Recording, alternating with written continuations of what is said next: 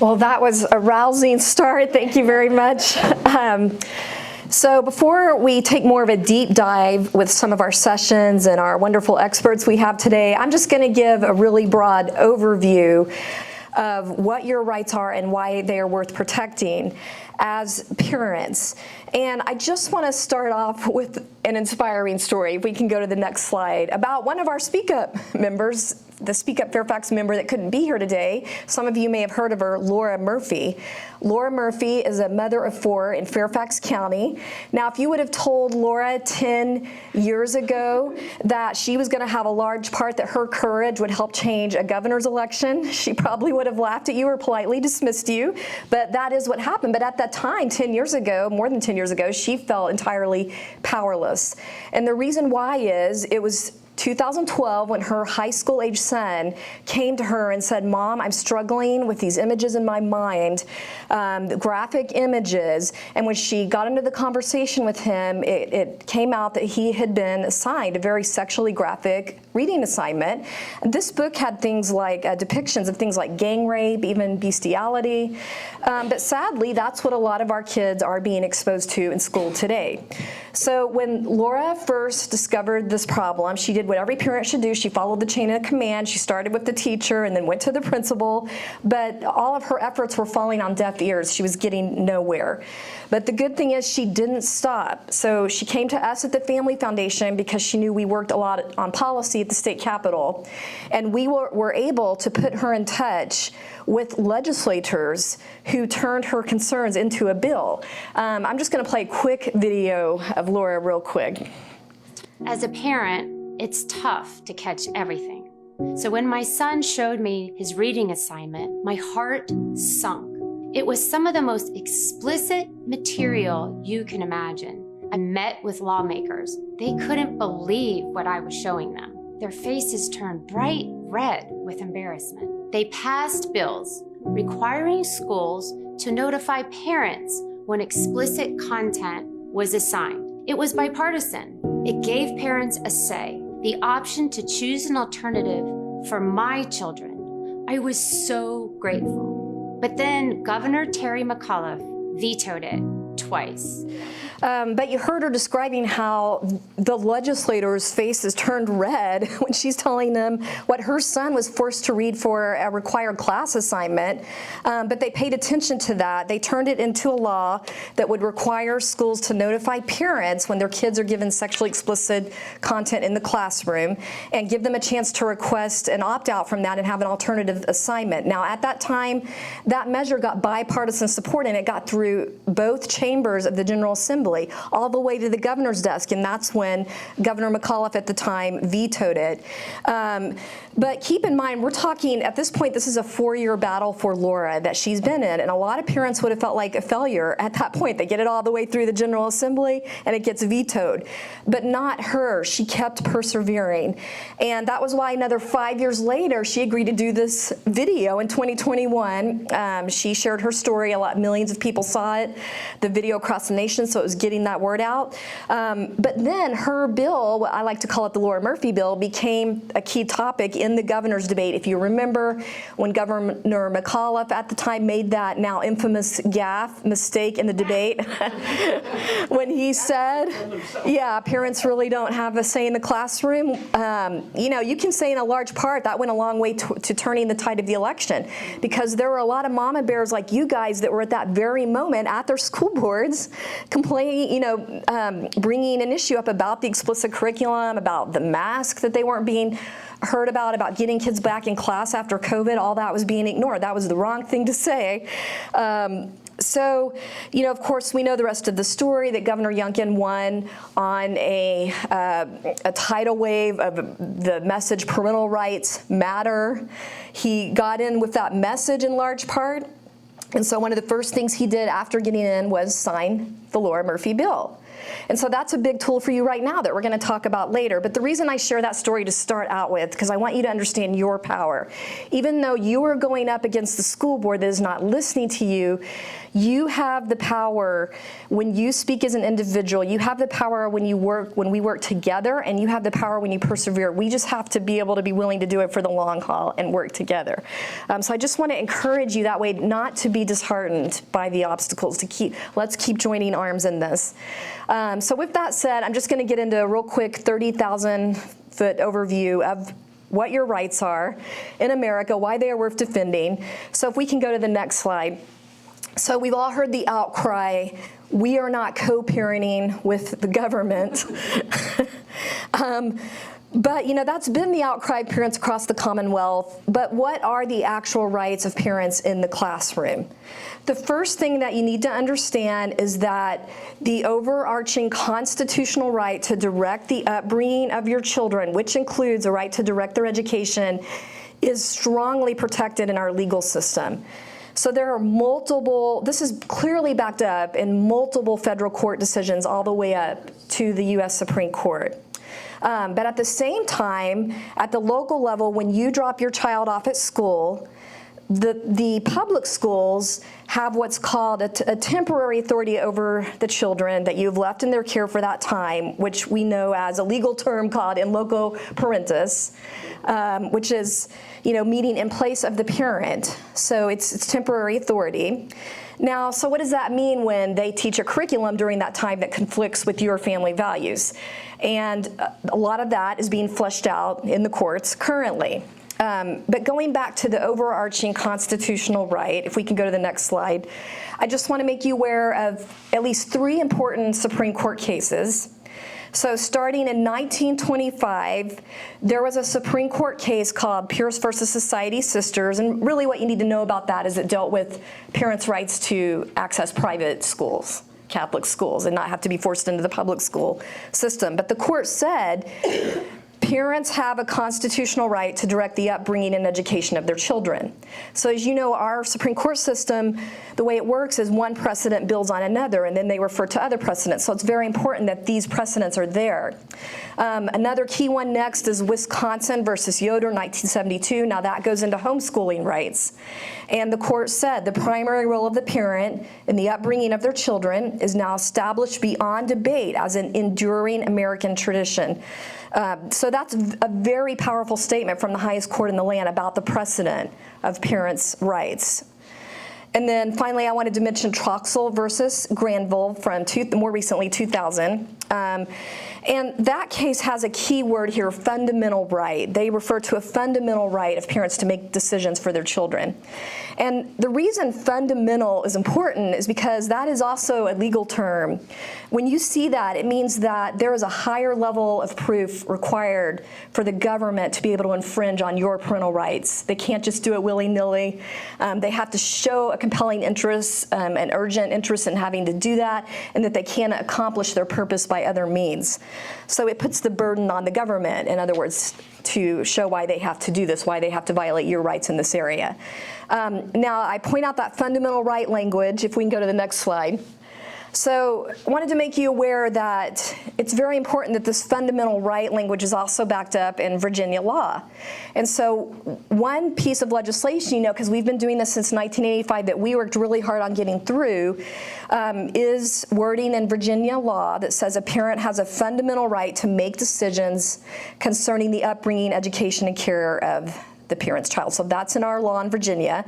And then that has been backed up by multiple Virginia Supreme Court rulings. I'm just going to mention one from 2013 that refers specifically to parents' fundamental rights, that it survives constitutional scrutiny, that if you violate that, it's only going to survive scrutiny if there is a compelling state interest. So again, that high burden of proof required. Now, again, what does all this mean when it comes to what's happening in the classroom?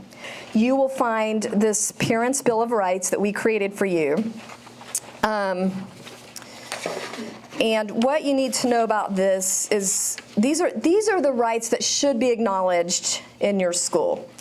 So I'm just going to single out a few of them. You can look in more detail later on. But I wanted, first of all, to mention that you should have the right to review any books or curriculum being assigned to your child that are being used for instruction.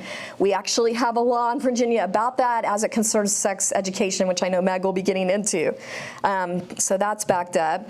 The right, I want to single out the right to opt out your child of any instruction or assignment containing explicit or graphic content. Now that's the Laura Murphy bill. That bill helps back that up. I want to just single out some things that got through with that bill in particular. So in Virginia law, we have a good definition. Well, let me back up. This law actually had the Education Department develop model policies that every school was required to implement in January. And so they should already have this. And so they should have a clear definition of what constitutes sexually graphic instruction. So I won't go into all the definition, but it's very clear on nudity and graphic images and sexual activity, things like that. But importantly, that definition covers not just print things that kids might read, but also online and videos that they might be exposed to. And this applies specifically to instruction, and that can be like a school-wide presentation, something happening in the library or the classroom, something read over an announcement. It just has to involve, more than one student to qualify as instruction. So with that said, I do want to mention one other important right. I want to talk about surveys, because I know that's been an issue here in Fairfax, that you in particular have this controversial youth survey that they keep trying to put out to younger and younger kids, and right now I think it's at least at 6th grade, which can be kids as young as 11 or 12. And I know this has questions. I know you've probably seen these reports. Questions like, have you ever had sex before? During your life, with how many people have you had sexual intercourse? They ask them about oral sex. Pardon me for getting graphic, but this is what our kids are reading in the surveys. They ask about transgenderism. Specifically, some people describe themselves as transgender when their sex at birth does not match the way they think or feel about their gender. Are you transgender? So do we really want our kids being asked this when they should be learning math or, basic reading? When, by the way, 65% of our 4th graders read below proficient level. And so the good news is Family Foundation did help get through legislation in the Virginia Code that makes it clear you have a right to review any questionnaire or survey that is invasive like this with mental health and sexual questions and other things, family relationships, that kind of thing, and you can opt your child out. So you just need to be alert about that, but you do have rights to opt them out. This is also protected federally through something called, if we can go to the next slide, the Protection of Pupil Rights Amendment, which also gives parents a right to ask to review these surveys and request to opt out. I do want to point out a resource. We have the Founding Freedoms Law Center. It represents parents pro bono if their rights are found to have been violated, so it's something to know about if you're concerned that your rights or your child's rights have been violated. It's foundingfreedomslaw.org. There is a flyer for it in your packet. But they have a resource center, and if you look at topics like sex education and transgender under resources on the website, they have things like this complaint form where you can fill out the complaint form under the Protection of Pupils' Rights Amendment. So let me just single out a few other rights. Well, I think let's leave it at that for now, because I know some of our other speakers are going to get in more detail. But basically, we put together this list of parents' rights to encourage and embolden you that your rights are protected under the U.S. Constitution. You don't have to feel like an intruder, that you're doing something wrong when you go into school and ask about this basic information about your child. You should have a right to go to the school property and ask to observe and meet with a school representative. You are well within your rights under the law to do that. However, I will give a qualification. These are the typical rights on this list that should be respected. But because what the court has done is make it really clear that you have this overarching constitutional right, but they haven't been so great at spelling out how that works in the classroom. And so that's a gray area that is constantly being battled out in the courts right now. But it is important that we do battle it out and work together. So I just want to cover real quick, what are the school's responsibilities to you? So the school has a responsibility to keep your child safe while they are there under their temporary authority. They have a responsibility, it's hard to believe these days, to actually educate your child because, why are they granted temporary authority? It's not for the authority's sake alone. It is to give your kid a quality education. That's the whole purpose. They do have a responsibility to educate your child in a non-discriminatory way. In other words, they cannot give them a lesser education based on their race, their sex, or if they have a disability. But isn't it interesting that those non-discrimination protections have been twisted into these tools to bring in sexual agendas instead of furthering a quality education? I just want to wrap up this part with an encouragement for you. So I want to encourage you that your rights as a parent, your responsibility and right to be involved in your child's life at school is well backed up by science, by data. Did you know there are multiple studies from the Centers for Disease Control that make it clear that parent involvement with their kids at school not only increase clearly academic achievement, performance on tests, but also their well-being with their emotional lives? Making it less likely that they're going to experiment with drugs or get pregnant before they're married, as a teen. This is all clearly demonstrated. So if schools really care about the data, you can point to these CDC studies and say we should be more involved, not less. It's very clear if you really care about how kids are performing and your purpose as a school. So let me encourage you that way. Even though that data is out there, we still have people playing these cards, don't we? The race card, the LGBTQ discrimination card, using that as distractions from the core purpose of education, using that as power plays to undermine parental rights. And so, our response to that is it's not about that. We should all be about the kids, protecting their hearts and minds, working together to educate them as Americans, uniting as Americans, not dividing, with this vision our founding fathers gave us, that we are created equal, that we are endowed by our Creator with unalienable rights. No matter how we identify politically or sexually, we should be uniting that way as Americans to educate our kids, not dividing over these identity politics and sexual agendas. So there is a talking point sheet on parental rights that just summarizes everything I just said in the packet. And if you go to the Speak Up, the online resource, familyfoundation.org/speakupvirginia, that's familyfoundation.org/speakupvirginia, has both print talking points and video talking points on a lot of these topics. So thank you for your interest as we summarize those rights. That's just a real high-level overview. And now it is my pleasure to introduce Meg Keelgannon.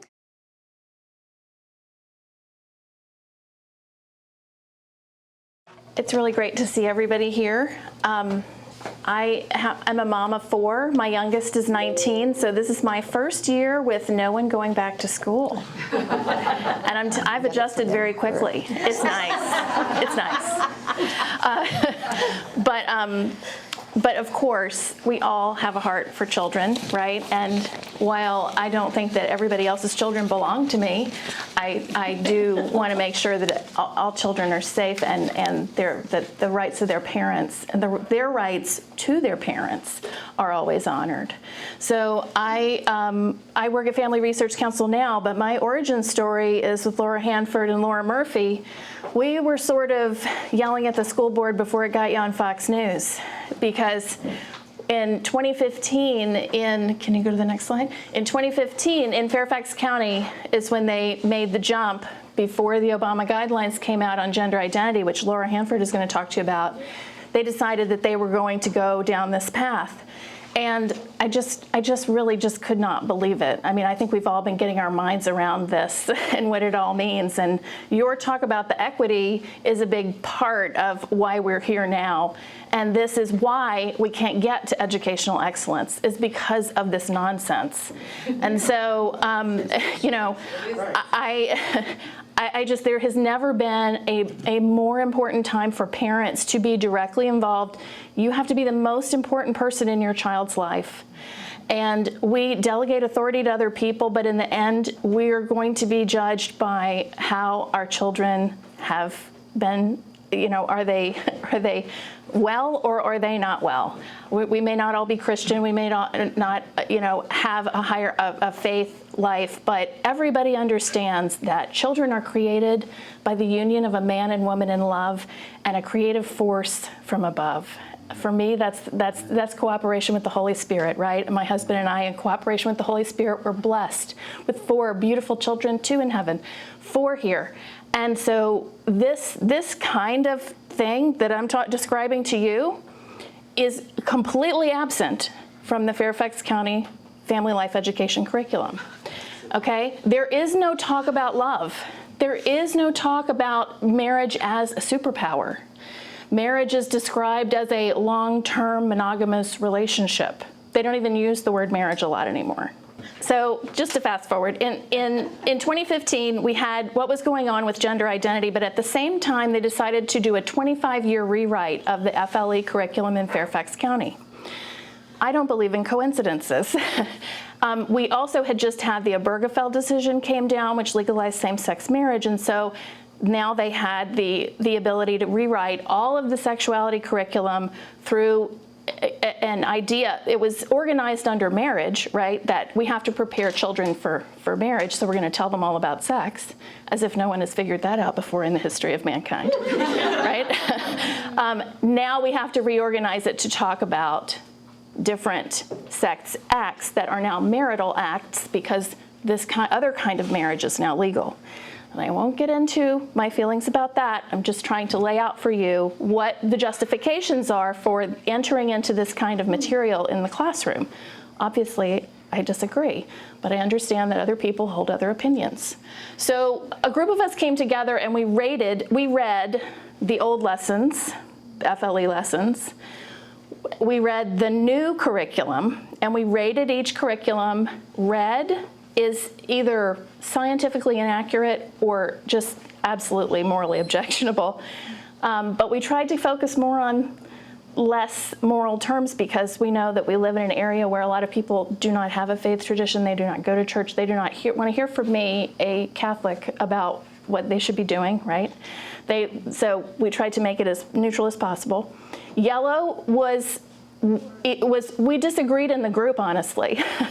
We disagreed in the group about how we should rate it, and we felt that it was really something that a parent would need to decide for their individual child. And then green was a topic that was scientifically accurate. We felt age appropriate. It was really something that really any parent would not mind being broached with their child. So this is what, if you look at the sex ed program in Fairfax County, if you go on the website, now, again, I don't have a kid going. They're not using Blackboard anymore, I think. Is that right? Schoology. They're using Schoology. So you're going to have to find, it should be on Schoology. It should be there somewhere for you to see as a parent. And so what you want to do is go to your child's grade and start looking at these lesson plans. So when you have human growth and development, and then you have emotional and social health, and they're both, charged, to say the least. So this is from grade 10, and this one is from grade 7. So if you just look at the key terms, adolescence, bisexuality, gender identity, heterosexuality, homosexuality, hormones, puberty, sexual orientation, transgender. So these are presented in a way, now your children are confronting these things in school. I mean, we have children that are identifying as transgender that they're sitting next to in class, right? So it's not like this is a big shock to your kids, unfortunately. But my point about pointing this out to you is that these are presented as if they are all equal options for your child to choose from, right? There is no heteronormativity. They've gotten that out of the curriculum, right? And so they want to make sure that everyone is included in their inclusive environment, and I certainly don't want to exclude people, but I do not want my values undermined and ideas implanted into my child's head unnecessarily in an allegedly academic setting, right? So can you go to the next slide? So the 7th grade in emotional and social health, this is the very first lesson that your 7th grader is going to get. And in Fairfax County, we all know that you go K to 6, and then in 7th grade, you're in middle school. And this is a huge transitional year for children. They're really, they're struggling to find their identity in terms of what are they going to be when they grow up? Who are they? Are they a sports person? Or are they more of a book person? You know, are they a music person? They're really trying to figure out who they are, and in doing that, they're starting to pull away from their parents, which is natural, right? And they're starting to focus more on their peer groups, their friends. All of this is perfectly normal. But what I have a problem with is when you show these kids at this age, which everything I've just described to you is great, right? This is what we want. You tell them that gender identity and sexual orientation, you give them these definitions. Go to the next slide, please. And then you tell them that sexual orientation is heterosexual, gay, lesbian, homosexual, bisexual, and those options are presented as equally likely, right?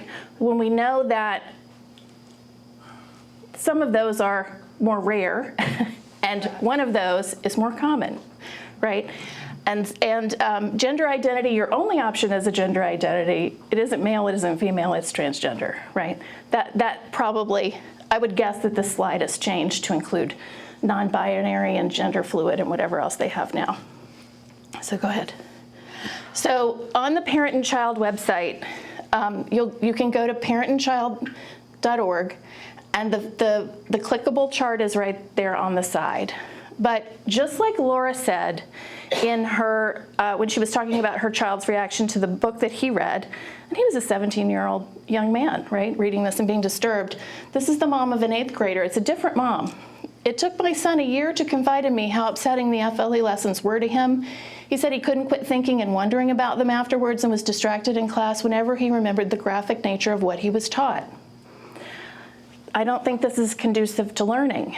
And the people that are putting these lessons together, they think that they're doing a really good thing. And so that's something else to grapple with, is that we're living in a society now where people are presenting this material to children and they think it is good. They think it is healthy. They think it is the right thing to do.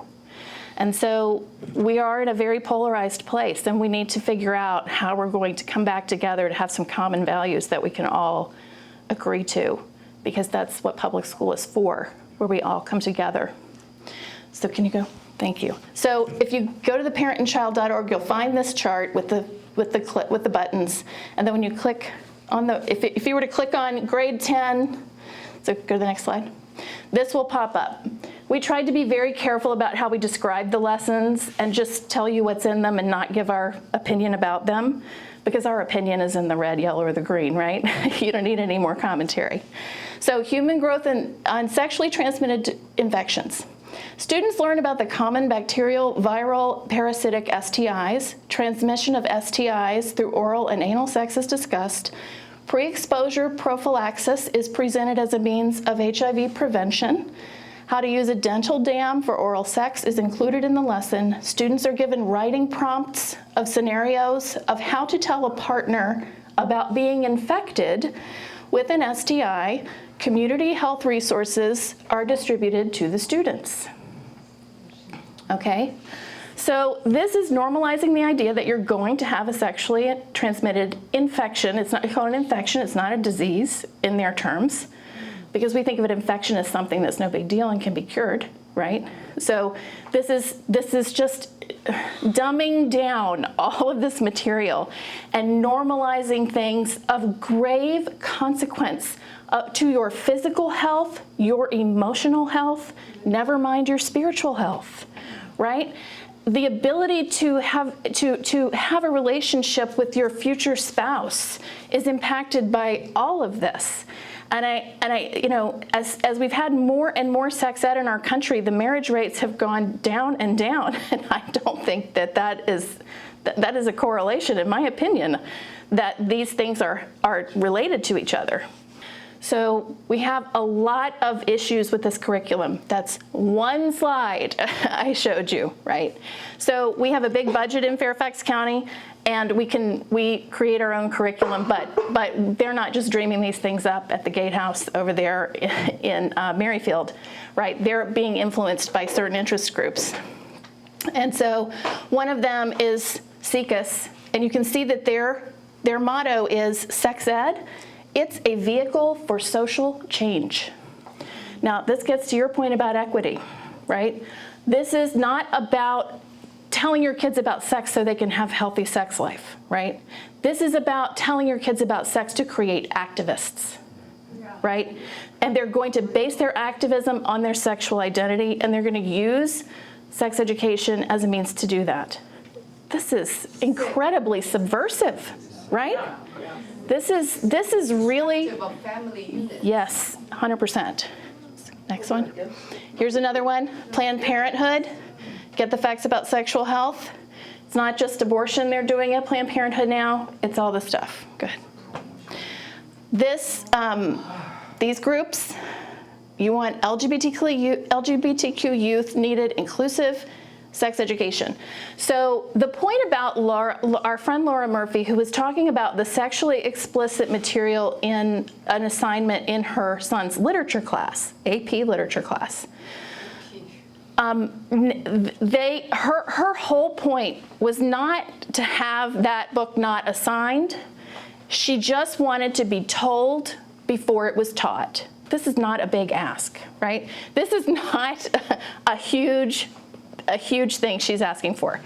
She's asking to be told before it's taught so that she as a parent can understand what her child is learning and engage with him on it, right? And talk to him about it and be prepared for this situation. And this is certainly the case in explicit sex ed, right? But what parents need to understand in Fairfax and in every school in the United States now, they're doing what's called diversity, equity, and inclusion education. And so these concepts, and including very divisive racial concepts, are being included and woven throughout the curriculum in the name of inclusion. So while you can opt your child out of sex education, it's virtually impossible to opt your child out of that. Okay. So that's welcoming schools. This one is literally just for the gender identity community. Keep going.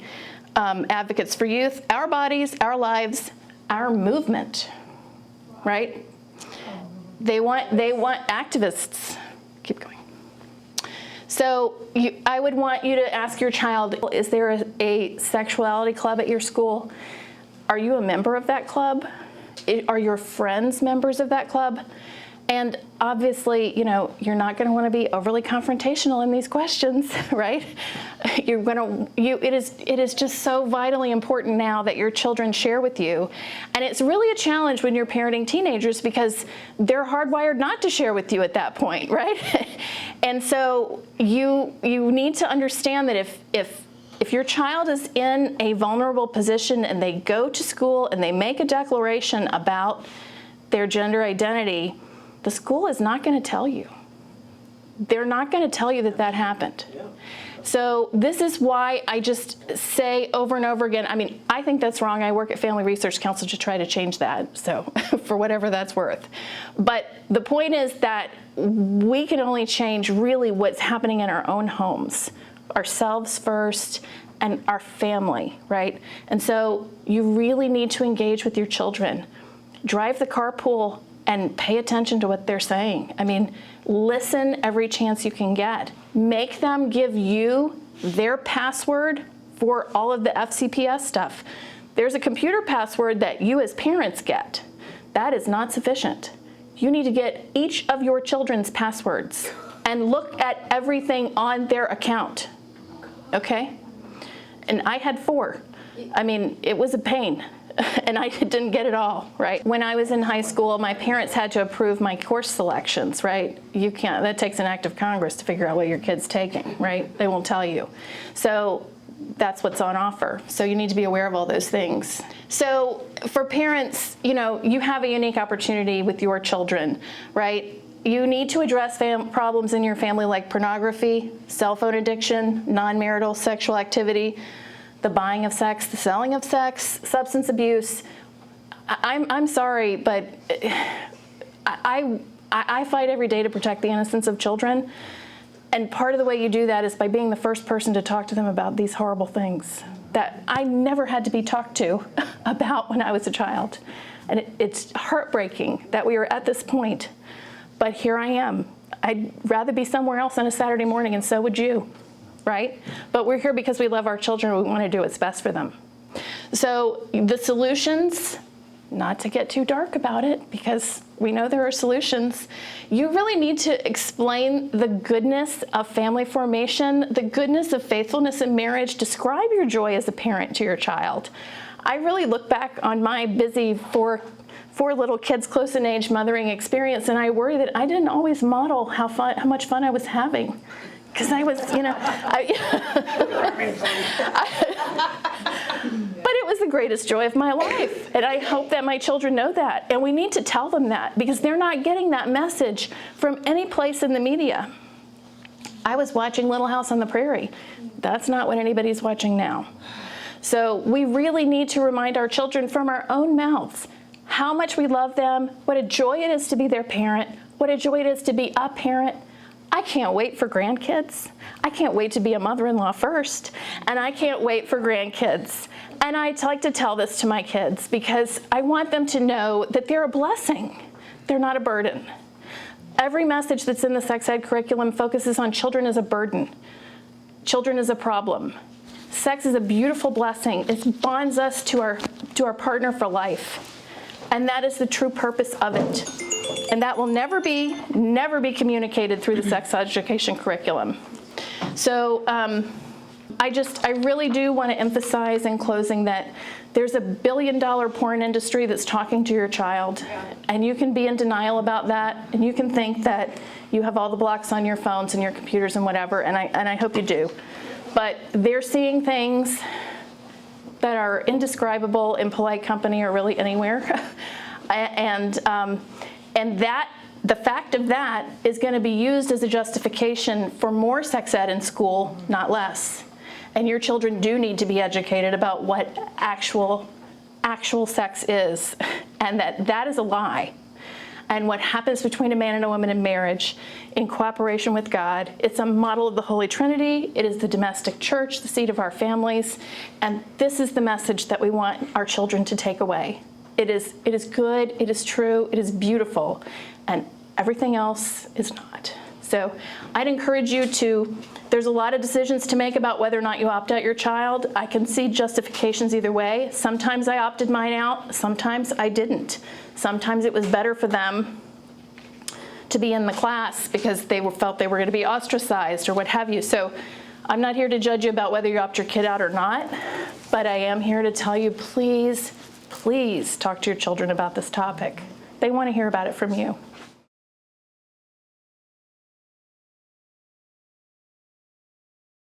So I will try to go fairly quickly on the framework here, just because for one thing, we've had some, Meg and Candy have already touched on some of the laws that govern this whole issue.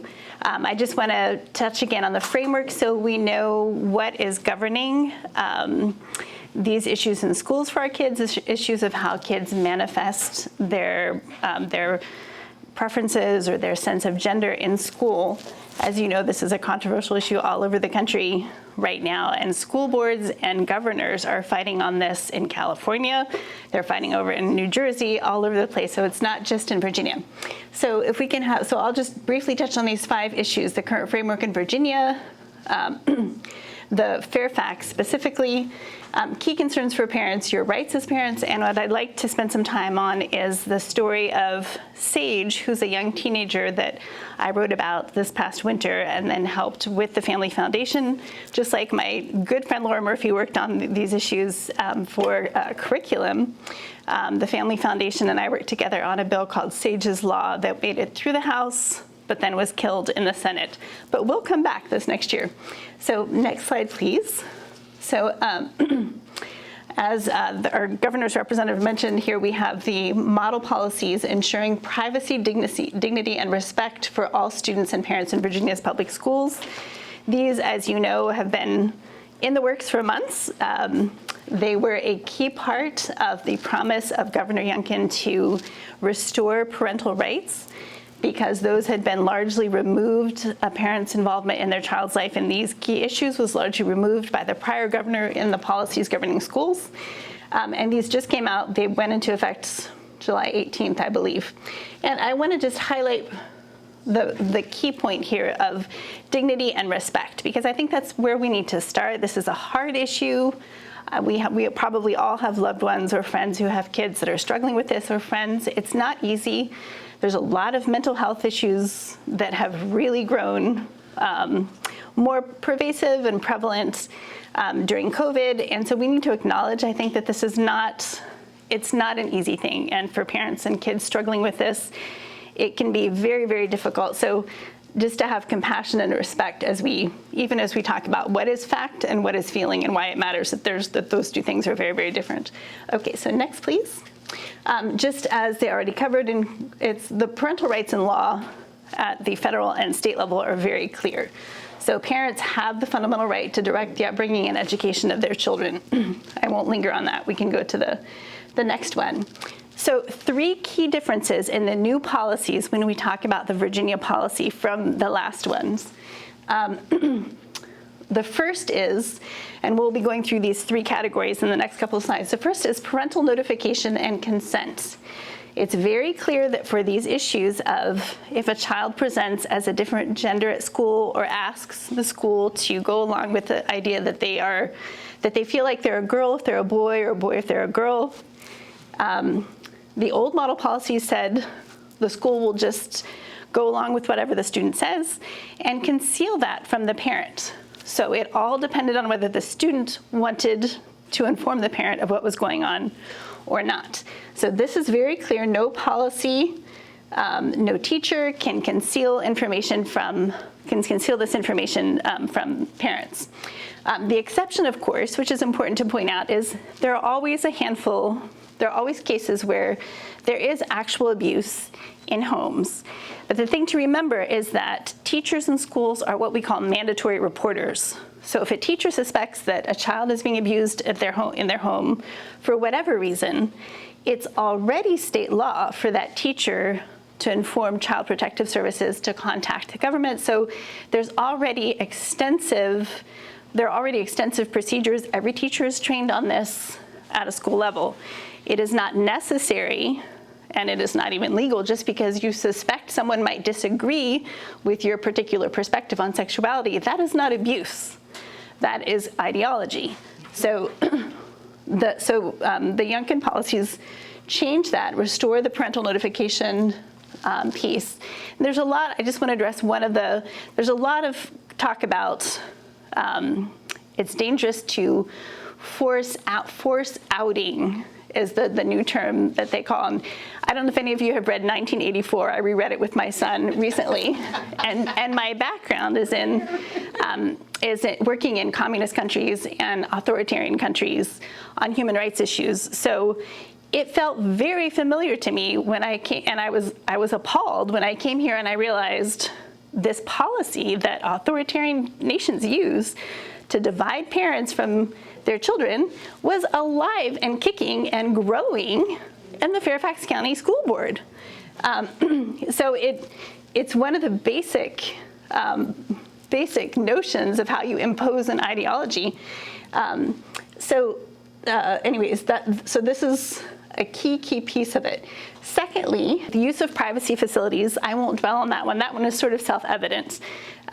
It's obviously poses a risk for young girls especially to be in the same bathroom as biological males. That requires no explanation. Activists try to say that's silly, it never happens. It actually does. It has happened in Virginia that there have been assaults. We'll get into that with Sage's story. And it's also the case that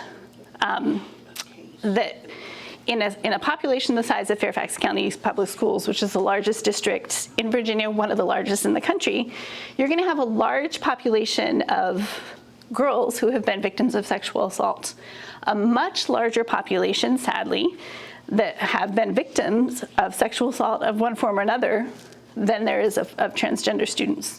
So you are putting the comfort of a few students above the safety of the majority. So third, there's no compelled speech. The model policies require that there will be no compelled speech. So you can't force someone to use pronouns. You can ask someone, you can say, this is who I think I am today, or this is who I think I am from now on. You can't, that's very different than asking or forcing someone else to go along with that request.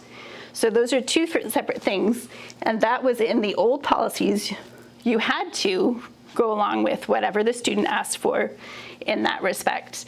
And there were severe consequences, potentially as a teacher or another student, if you didn't go along with calling a child or a student by this new pronoun. So we can go to the next one.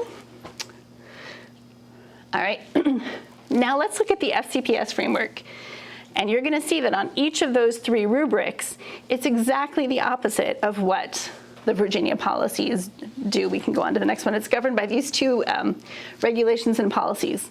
So the first, parents are not notified unless the student is willing. It all depends on the child's preference.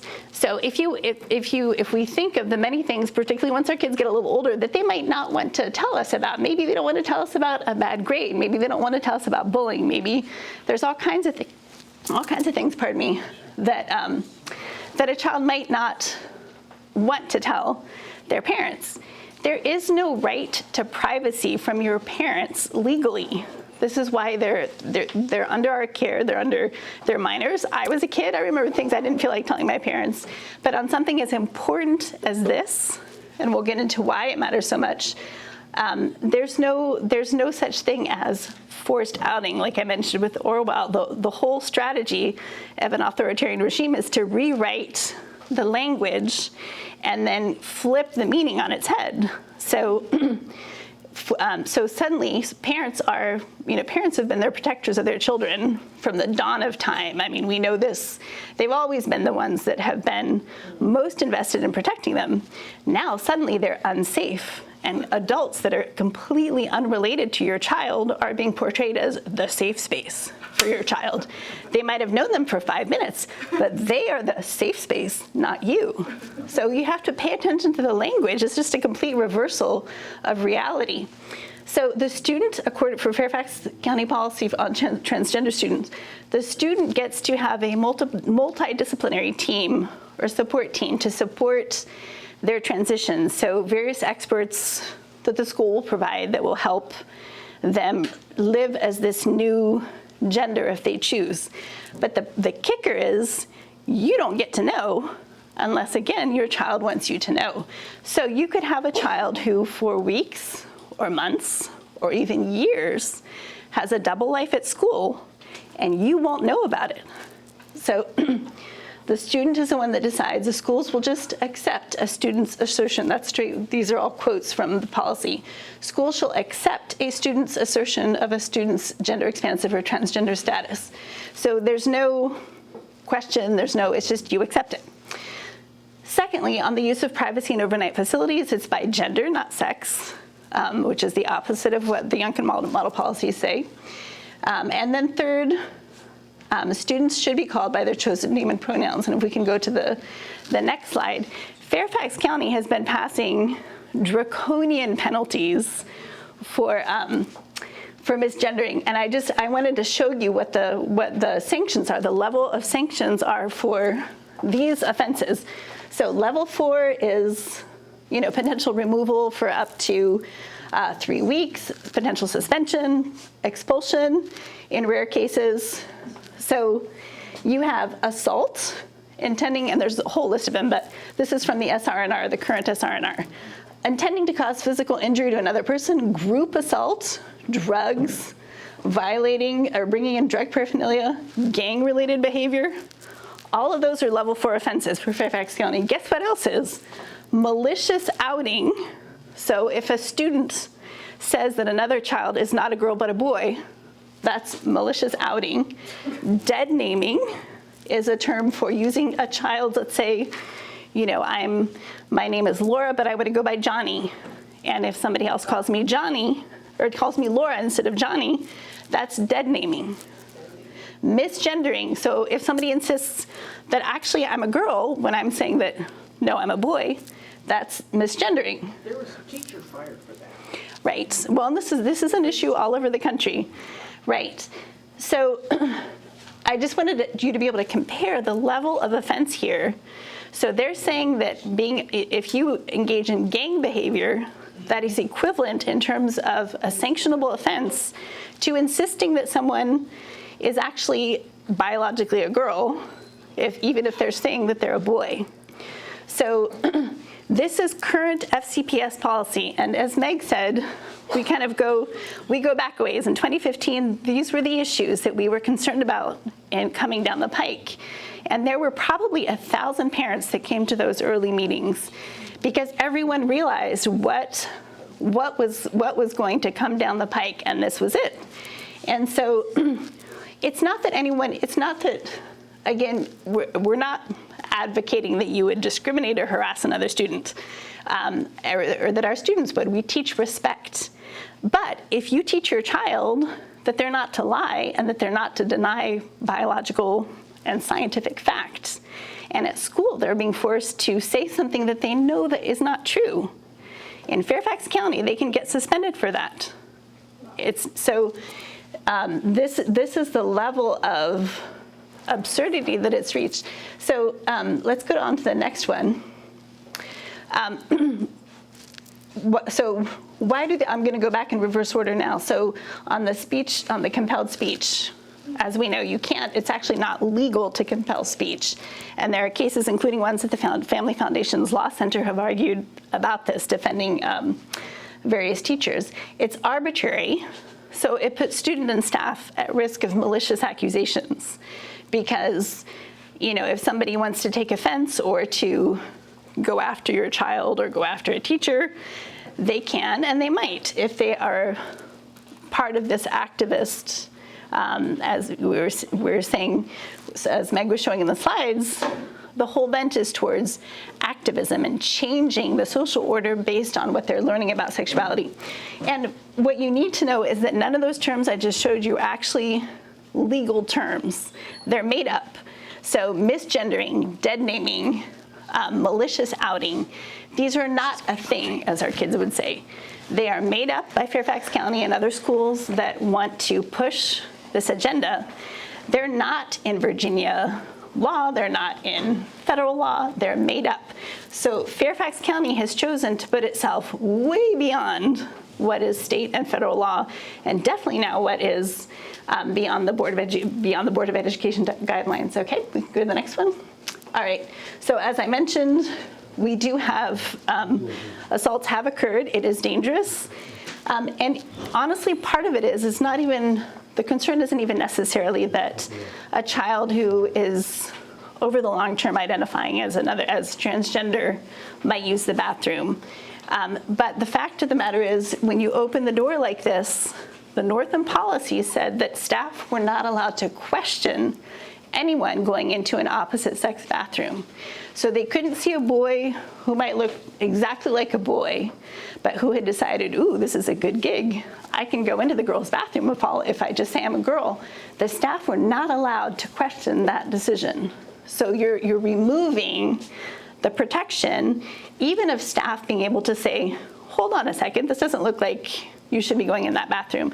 That is completely taken away by these policies. So you might have someone who is genuinely confused, who is trying to live, as a girl, even though he's a boy. And even then, I don't think that should be allowed because there's still privacy issues there. That's different than the malicious actor who's going to say, this is great, I can access the girls' bathroom if I just identify as a girl today. And activists will tell you that doesn't happen. The fact of the matter is it does happen.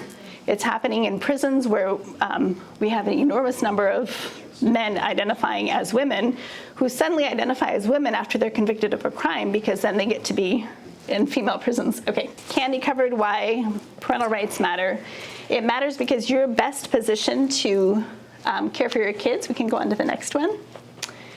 And also, gender questioning is highly correlated to a lot of other mental health issues. And so if you pull out only gender and tell schools that they have to immediately affirm, you are often missing the whole range of other issues that might be the reason for a child's confusion. And so it's just the case that kids struggling with mental health issues and questions of identity should not be further isolated from their support systems by schools preemptively taking over the role of parents and isolating the child from their parents, and which is what is happening, clubs or teachers telling them, we're your safe space. You don't have to tell your parents, we're your safe space. And then you're put in a position of not knowing until sometimes it's too late. So we can go into some more of these reasons, but there are major, major risks in instant affirmation of a social identity. It's not benign. It can lock in that identity. Let's go on to the next one. So Meg covered some of these, so I think I won't go over Meg and Candy both. She's got some great things in the guidelines there. I will tell you that since 2015, I have not signed the SRNR, and we got a legal opinion back then that it was not affirmatively required.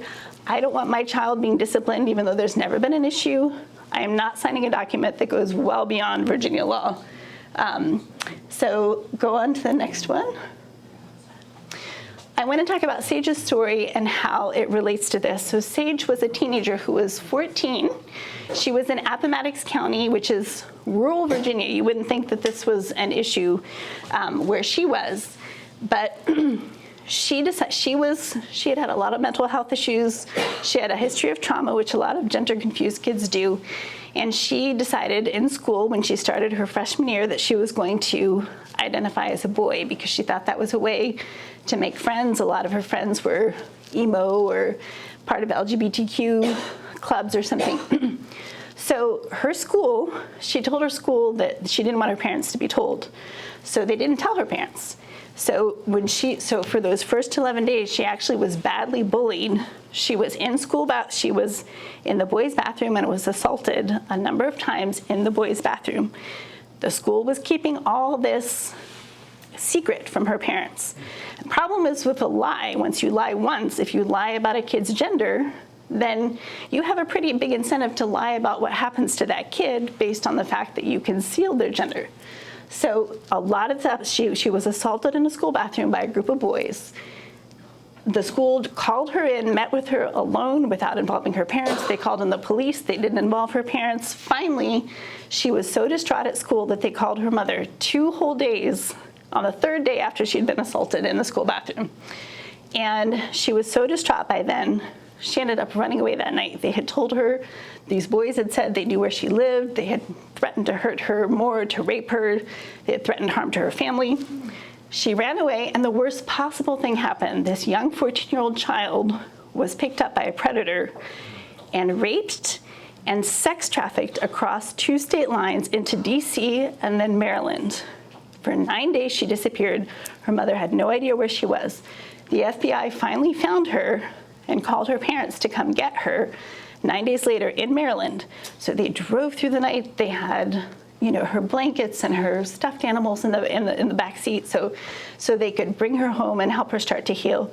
When she got to Maryland, a judge in Maryland refused to give her back to her parents because a defender, an attorney, had been assigned to her, even though she had asked to go home. After all of this craziness, an attorney was assigned to her and claimed that she didn't want to go home and that she was identifying as a boy and that her parents were abusing her because they were misgendering her. So her parents, the judge even threw her father out of the courtroom because he was in tears and he couldn't keep remembering to use the new pronouns and her supposed male names. So he threw her father out of the courtroom. Her mother was saying, then please just send her back to Virginia to another family if you're saying that she doesn't want to go back here, or to a treatment center. And the judge refused. And for 2.5 months, the judge kept Sage in custody in foster care in Maryland. And guess where they assigned her? To male quarters in a foster home. This 14-year-old child who has just been through the most horrific experience, then spent months there. She was assaulted there again. Of course she was. She was with a group of teenagers who were delinquents. Then she went, and then she finally ended up running away. And that's where it happened again. She was picked up by another predator, and this time she disappeared for 2 months. So when she got out, so she ended up the only person, her mother just kept scouring any kind of social media or anything for clues. She tried to get onto her daughter's account to find out, is there any way that we could find her? Finally, after a couple of months, she found a clue, and her daughter was actually in Texas and at the mercy of another man who was just brutally treating her. She's 14 years, she had turned 15 by then, drugging her, abusing her, choking her. And so she was finally restored to her mother. And then the story doesn't stop there, because she was put in a facility the judge had ordered that affirmed her as male, and they were pressuring her to take hormones and have surgery, a mastectomy. And by then, her mother, who was visiting her, could visit her once a week. She was saying, "Mom, I don't want to be a boy anymore, but I'm scared to tell the doctors." And so Josh Hetzler with Family Foundation at that point stepped in and helped her mother get their daughter out of this treatment facility. And it almost seems like this is an impossible story. Candy put in the story there, and it explains the story and how it relates to the policies. But the thing that I want to emphasize here is that this poor child was failed by every single institution that was supposed to be her safe space. Exactly. And what happened to her in the school is what the Fairfax County policies and the Northam policies prescribed. She was instantly affirmed as a boy and told she could use the facilities. Well, I'm sure her school counselors in her school did not want this to happen to her, but she was. But you can't, once you tell a child to do that, you don't control the consequences. You're not in the bathroom with them. You're not there protecting them. And because of her history of mental health issues, everything just went downhill from there. So the first step that precipitated this entire nightmare was school secrecy. And when you keep secrets, when you create that isolation between a parent and a child, you remove their greatest protection. So I'm delighted to tell you that a lawsuit was filed this week. It's probably going to be in the news a fair amount. And they are seeking justice against the school and against this terrible defender in Maryland, who actually also lied to her. She told her, tell the judge that your parents are abusing you. And her mother had sent her letters when she was in the foster home. She never received any of the letters, so she thought her mother didn't want her anymore. So you all are responding exactly the way that I responded and Michelle has become a dear friend. I mean, there's no excuse for this level of evil, but this is what can happen when you engage in secrecy in the schools like this. And Sage's law would basically have said you can't keep secrets in school, you have to notify parents, and you cannot say that raising a child according to their biology is abuse, because that would protect parents from these sort of spurious allegations. They were not abusive, they were the only people that were safe in her life, and yet the school system and the court removed them. I'm just going to give you some practical tips for addressing this and strategy thoughts. And then you're going to get some takeaway tips from Elizabeth, and then we're going to do Q&A. So thank you for hanging in there, that we're throwing a lot at you. Now, Laura shared a very sobering and heart-rending story. But I want to give you the good news, how God is using that. You know, it's almost too hard to hear, but the fact is, Sage's mom, Michelle, is speaking up.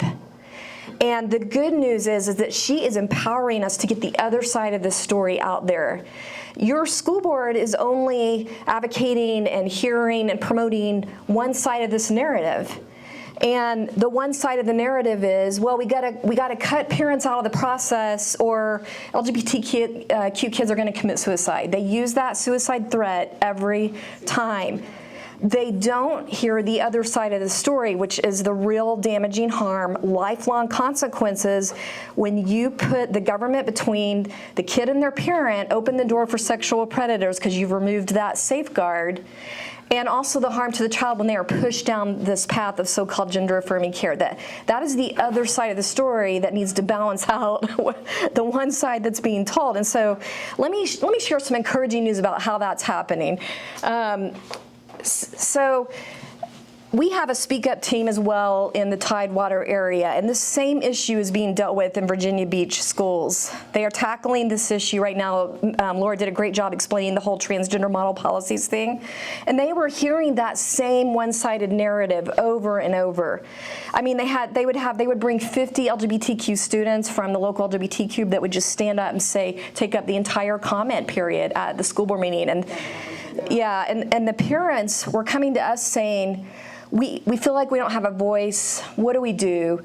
And we thought the other side needs to get out there. So I'm excited to be able to tell you that Michelle Blair, Sage's mom, came out to the school board, talked directly to them. And not only that, but 18-year-old Chloe Cole, some of you may have heard of her. The youth are starting to speak up now that have been pushed down this and now realizing that was actually a damaging thing in their life to be pushed. Chloe Cole talks about how at age 12 she was pushed down this gender change path. By age 15 she got a double mastectomy, chest surgery, and she's 18. And you know what? She realized, I want to have kids. I'm never going to be able to breastfeed my children. I couldn't realize this. I couldn't have full knowledge what I'm giving permission for, and what my parents were being threatened that I was going to commit suicide if I didn't get pushed down this path. They're speaking up now. So that's the good news. So we brought Michelle and Chloe Cole. We work with the Speak Up team to get them to speak to the school board on Protect Every Kid. If we can get ready for Chloe Cole's video, it should be the next one. For Protect Every Kid, the Protect Every Kid website has Michelle Blair's testimony to the school board on there. And also Chloe filmed a video, a 3-minute video, just for you to be able to share with your school board members. You guys saw this? I'm just, has everybody seen it? Or, okay, I'm just gonna play like a minute of it. My name is Chloe Cole, and I am a detransitioner and former transgender kid. And I'm here today to talk about my experience of having transitioned as a minor, starting at 12 with social transition and puberty blockers and testosterone at 13. I underwent a double mastectomy at 15, and I finally stopped transitioning at 16 once I realized that I wanted to have children of my own one day and that I wanted to embrace my identity as a woman. I speak to warn people of the dangers of transitioning children and why this is never appropriate for anybody under the age of 18. So gender dysphoria is entirely a psychological issue. There is no physiological basis for it, but the distress that it causes is very real, and it needs to be handled with compassion. Compassion, however, does not mean immediately affirming a person's perceived identity. These children and adults with gender dysphoria need psychological help, not interventions that mutilate and sterilize them. I think one of the biggest myths that is perpetuated around childhood transition is that any of these treatments, from blockers to hormones, are reversible at all, because they're not. It's been about 2 years since I've taken my last testosterone shot, and I'm only 18 years old now, but I'm experiencing symptoms of menopause. I'm experiencing joint pains, and I get shooting pains out my back. From the surgery, I have open wounds on my chest that have failed to heal, and I have to wear bandages over my chest every day.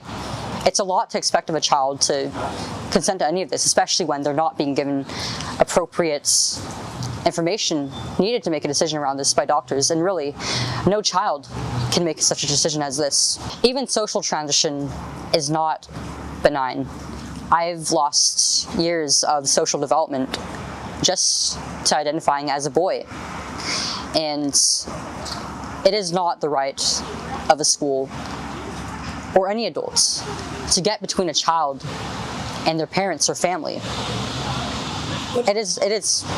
It's perverted to keep secrets away from a child's mother and father. You might hear from counselors and doctors that there's only two choices, either being that you don't affirm your child in their identity and they commit suicide, or that you allow them to make adult decisions at their age and they live as a happy transgender child. But this is not true at all. After having stopped my transition, just living with the body that I have and learning to accept it has helped me with my dysphoria more than anything.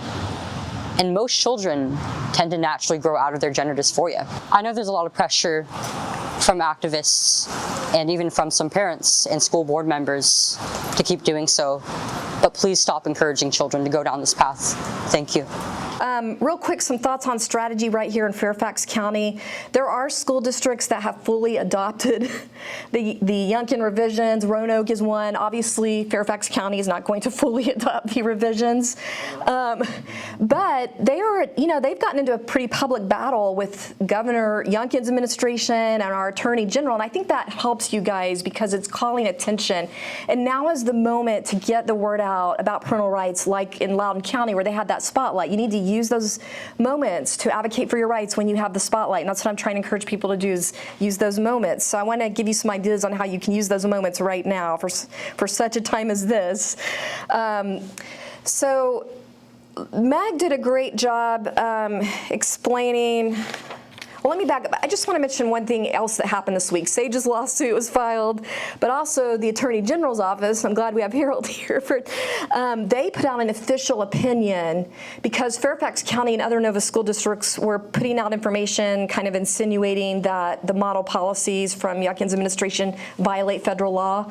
And the Attorney General put out an official opinion explaining very exactly and clearly why that's not the case. But also in that opinion, if we can go down, let's go down. Keep going. Yeah, one more. I'm moving ahead fast, sorry. Right. One more. In the Attorney General's opinion, he's got this statement that to comply with the current law, now that the policies have been revised and they are the official guidance for the state, that the schools can't have policies that openly conflict with that. They would be out of compliance. And that's where I think you guys have an opportunity, because Fairfax County is obviously in open conflict on several issues. So I'm going to real quick hit, just kind of reiterate some of what Laura was talking about. So this issue of hiding things from parents, if we go down, they are clearly in open conflict. Mandatory trainings you may have heard about to the staff, and this is an excerpt from one of those trainings. This is what the educators are being told. Parent permission is not required for which of these? It's talking about locker rooms, going in the bathrooms, the name use, all of that. Well, surprise, surprise, none of the above. Parental permission is not required for any of the above. That is in conflict with the revised policies that require the school not to hide information from parents, to not have policies on the books that call for concealing information. So I think you have a moment right now to go to your school board and specifically address that. I wouldn't try to get in all of what they're not going to do, but I think you have a moment to call them to account. And using these testimonies from Michelle Blair and Chloe Cole that have been brave enough to speak out, let's embarrass them into action by showing the harm that they are doing by having these policies that conceal things. I also want to mention there's been a lot of controversy about combining the sex ed classes together at younger and younger ages. Parents are not happy about that. If we go next, 84% of parents in Fairfax County do not want this to happen, and yet they're still moving ahead. Now, it was controversial enough that my understanding is they put off a decision vote or more discussion until fall. So this is a window of opportunity. And our policy team is looking into language. I think we can go to the next one. In the policies that might help you, because it does refer to that schools can, when they have valid programs that categorize kids according to sex, whether it's sports or programs like sex education, that they can go, the school does have the freedom to go by biological sex. And there's wording in there that specifically refers to school program. So we're looking into whether that can be used to help you guys defend your sex ed program and not be forcibly embarrassing students because of some sexual agenda. So I'm just mentioning some things where we can take low-hanging fruit, so to speak, where there are vulnerability to make the school board pay attention and be accountable with this powerful new tool that Governor Youngkin's administration has given parents. I think also the pronoun issue that Laura talked about. This was a very controversial thing in Fairfax. We got one of our biggest turnouts ever at a rally on that issue. So the people are upset about, as all of you guys' reactions, suspending kids for forced speech that violates their conscience or their religious freedoms that they're taught at home. You mentioned teachers have been fired over this, but the good news is the teacher in Loudoun County that was fired, Tanner Cross, he was reinstated, and the Virginia Supreme Court backed that up. So this is where you have some tools to go in and confront them. And I just want to encourage you. I hear from a lot of people in Fairfax, understandably so, our school board doesn't listen to us. It doesn't matter what we say. We're not going back. Now, I will say Mike Nee, I don't know if he, and Union, they have gone back and not given up, and I give kudos to you guys for that. But a lot of people are getting weary. So I want to encourage you guys that our side needs to understand, our side being those that are fighting for parental rights, conservatives that believe in the importance of family and freedom. We need to understand the importance of incremental gains. So even if you don't go in and get the entire Youngkin policy, a piece of this is worth fighting for, because if we leave a vacuum there, if we decide we're not being heard and just we're never there anymore, we can't be there when there's a moment that arises that is, you know, an alignment of the stars, so to speak, or God's providence that brings things together we can't predict. So in Loudoun County, when there's this controversy over the sexual assault in the bathroom, at the same time there's a COVID controversy, you couldn't predict that would give parents the power and they would be in the public eye to make a difference across the nation. You can't predict when that moment's going to happen, so you got to be there to grab it when it happens, and you can't be there if you've left the playing field.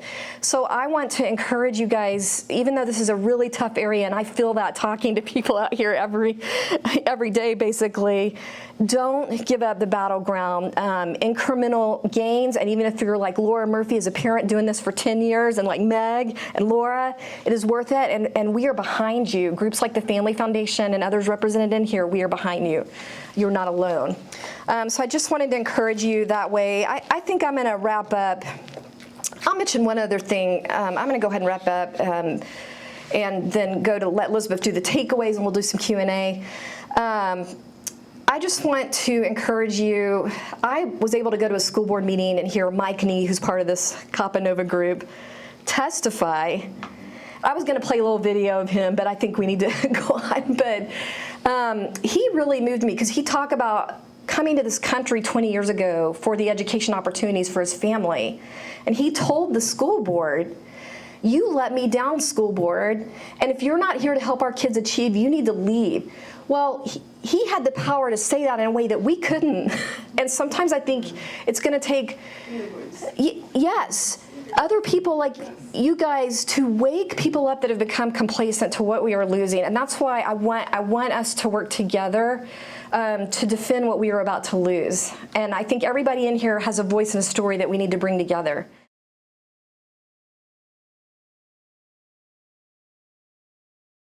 I am going to be quick and kind of summarize a little bit.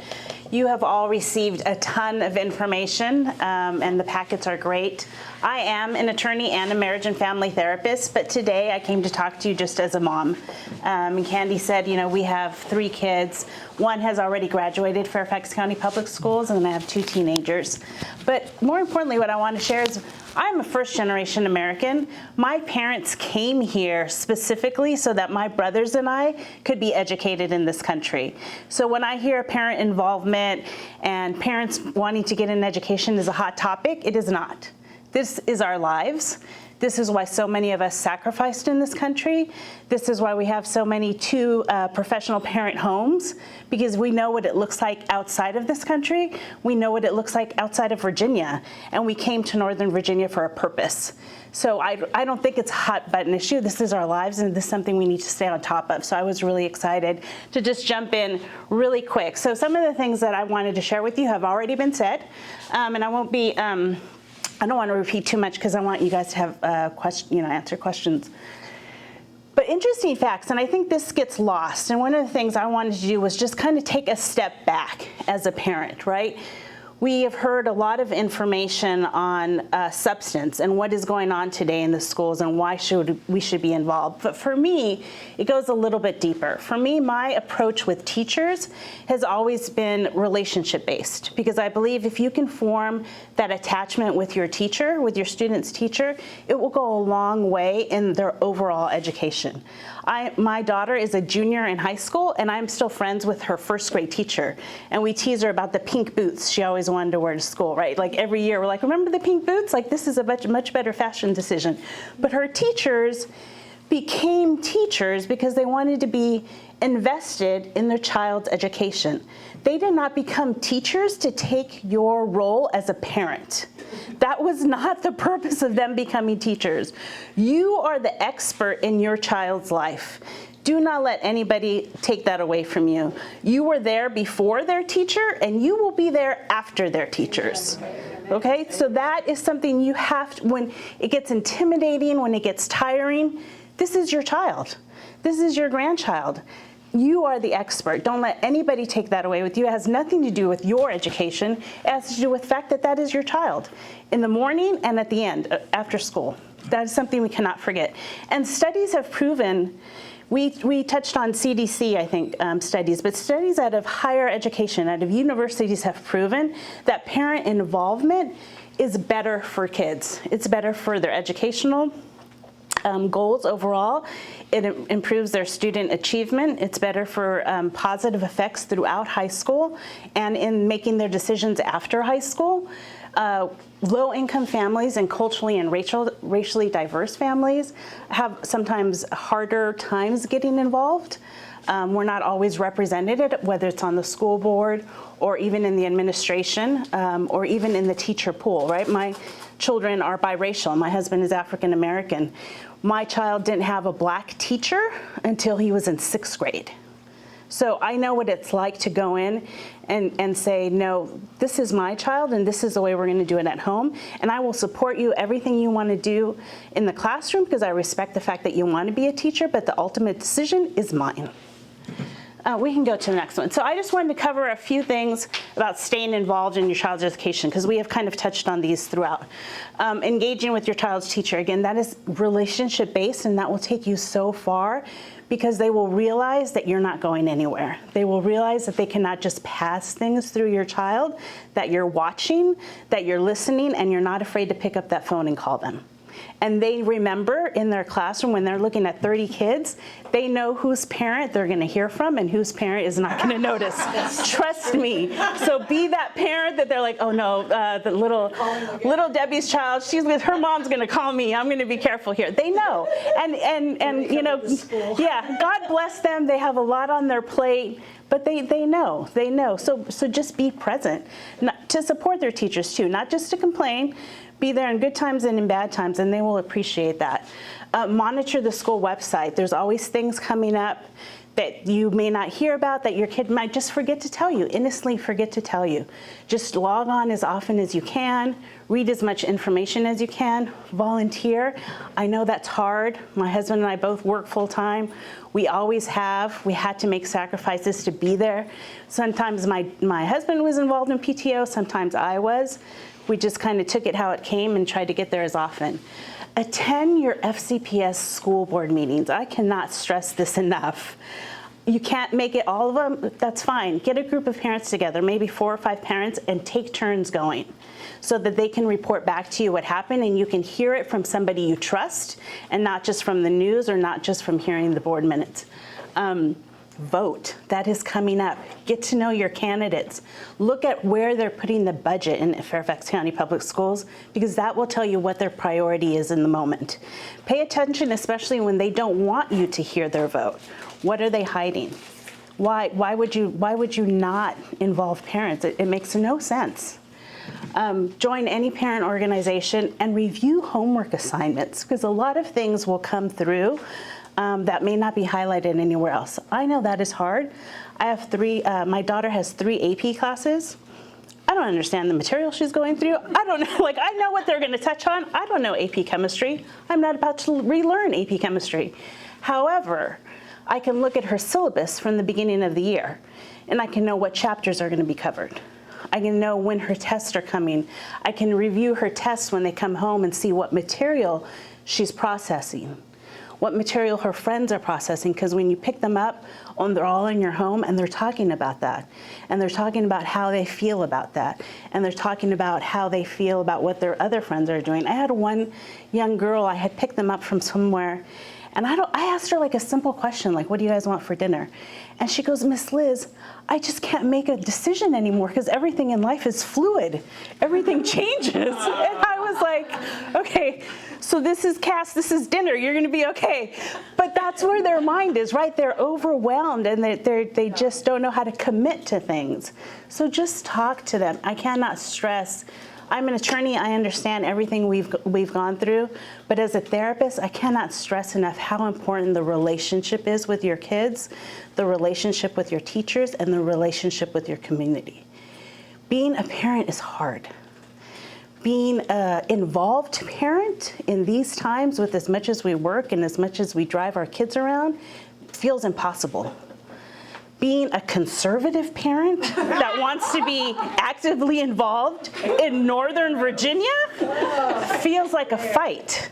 So don't fight alone. Let us fight with you. Lean on the Family Foundation. Lean on your speakers. Lean on your school board members. Don't do it alone. You don't have to.